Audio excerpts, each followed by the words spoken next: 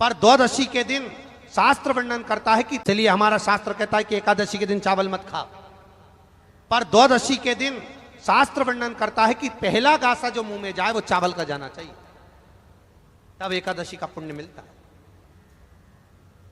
तो शास्त्र क्यों कहता है? दो चीजों को याद रखिए, गौदान और एकादशी। श्रीमद् वल्लभाचार्य जी ने मायावत का खंडन करा था जगन्नाथपुरी में, और श्रीमद् वल्लभाचार्य जी ने कहा था एकादशी मरने के बाद मत दो, एकादशी जीते जी दो। कहा था कि नहीं कहा था? जीते जी दान करिए। इसलिए जगदीश में, जगन्नाथपुरी में एकादशी उल्टी लटकी हुई है। करें आपने दर्शन? जगदीश में एकादशी को उल्टा लटकाया, क्यों? क्योंकि वल्लभ ने कहा कि एकादशी जीते जी दो। कई पंडितों कहते हैं तुम्हारे दादाजी मर गए, जब 12वें का दिन होता है ना तो पंडित जी संकल्प छुड़ाते हैं, दो एकादशी। बड़े बेटे ने 5 दे दी, छोटी बहू ने 3 दे दी, उसने 2 दे दी, उसने 2 दे दी, तो क्या तुम्हारे दादाजी भिखारी थे जो तुम्हारी एकादशियां लेकर जाएंगे? और तुम कौन होते हो दादाजी को एकादशी देने वाले? तुमने कौन सा इतने पुण्य कर लिए जो तुमने एकादशी दे दी? एकादशी के दान की महत्वता श्रीमद् वल्लभाचार्य जी ने कहा कि कोई व्यक्ति अगर खटिया पर सड़ रहा है, पलंग पर तड़प रहा है, हॉस्पिटल में पड़ा हुआ है, तो निवेदन है कि उसको देखने जाओ तो अपनी करी हुई एकादशी में से 2 एकादशी का दान उसको तुरंत दे दो। क्यों? तो जिससे उसको मोक्ष मिल जाए, मरने के बाद नहीं। क्योंकि मरने के बाद तो वो 10वें के दिन, गरुड़ पुराण में लिखा है 10 दिन तक जीवात्मा घर की अटारी पे रहती है। कितने दिन? 10 दिन। 10 दिन के बाद जीवात्मा चली जाती है। कहां जाती है? उसको जहां जाना है। 3 दिन में उसको भोग भोगना पड़ता है जीवात्मा को। 3 दिन नरक का भोग भोगती है, उसके बाद स्वर्ग का भोग भोगती है। 18 दिन में ये प्रोसेस पूरी हो जाती है। कितने दिन? 18 दिन। 18 दिन के बाद में उस जीवात्मा को धान के खेत में पटका जाता है। किसके खेत में? धान के, चावल के खेत में। इसलिए कहते हैं एकादशी के दिन चावल मत खाओ। कहते कि नहीं कहते? और क्या कहते हैं? द्वादशी के दिन चावल खाना जरूरी है। एकादशी का पालना करना है तो द्वादशी को चावल का 1 ग्रास खाओ, तब द्वादशी को चावल खाओगे तो एकादशी लगेगी।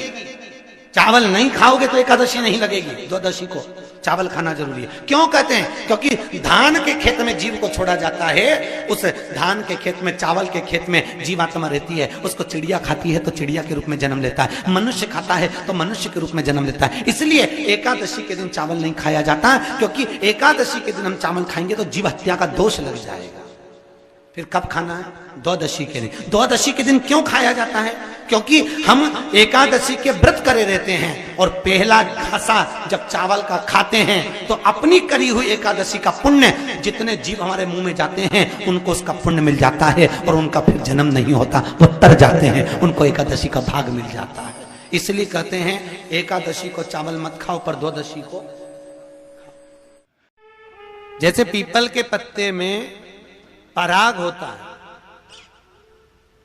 हमारे हिंदू धर्म, हमारा शास्त्र कहता है, हमारे शास्त्र, हमारे वेद, डॉक्टर वर्णन करते हैं कि पीपल के पत्ते को अगर एकादशी और द्वादशी के दिन एक तांबे के पात्र में गला कर रख दिया जाए और उस पानी का आचमन 3 बार करा जाए तो जिसकी नाड़ियां चोक भी हो जाती है, डॉक्टर बोले इसका बाईपास करना पड़ेगा, उसको केवल 3 आचमन पानी एकादशी और द्वादशी को पीपल के पत्ते का कराया जाए तो अंदर की नाड़ियां भी खुल जाती हैं। पीपल के पत्ते का इतना प्रमाण हमारे विष्णु पुराण में वर्णन है। पीपल के पत्ते का इतना प्रमाण, पीपल के पत्ते का इतना लेख। जैसे चर्म रोगधारी व्यक्ति होता है ना, जिसकी चमड़ी सफेद पड़ जाती है, तो उसको क्या करना चाहिए? केवल हिंदू धर्म में केवल एक पीपल का वृक्ष है जिसका पराग झड़ता है, और वो रात्रि को लगभग 10 बजे से 12 बजे के भीतर, 9 बजे से 12 बजे के भीतर पीपल के पेड़ के पत्ते का पानी झड़ता है। उसके नीचे थाली रख देना चाहिए, और उस थाली में पीपल के पेड़ के नीचे रख दो, और उसका पराग जब झड़ जाए वो पानी को बाल्टी में धो लो, और धोने के बाद थाली को उस पानी से 15 दिन, 8 दिन, 20 दिन स्नान करिए। धीरे धीरे चर्म रोग समाप्त हो जाता है। सफेद जो चमड़ी पड़ी वो वापस अपने रंग में आना चालू हो जाती है। कोई डॉक्टर को ही नहीं दिखाना।